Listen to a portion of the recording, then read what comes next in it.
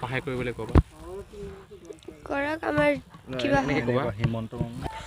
মামা তুমি সহায় কৰা আমাৰ পঢ়িবলৈ দিগদাৰ হৈছে আপুনি কিবা সহায় কৰক মোৰ পঢ়িব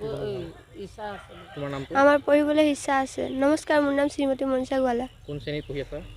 ক্লাছ 6 এতিয়া কাৰ লগত থাকা তুমি আইতাহঁতৰ লগত তোমাৰ এজনী ভণ্টিও আছে হয় তাই কি শ্ৰেণীত পঢ়ি আছে সি প্ৰথম শ্ৰেণীত পঢ়ি আছে এই যে বৰষুণ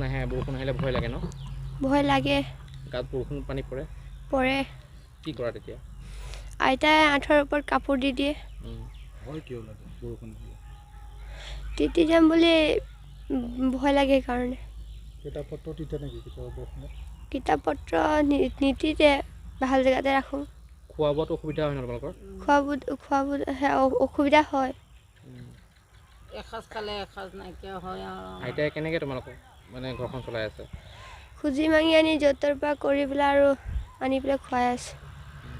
তোমাৰ পঢ়িবলৈ ইচ্ছা আছে আছে ডাঙৰ হৈ কি হ'ম বুলি ভাবি থৈছা ভবা নাই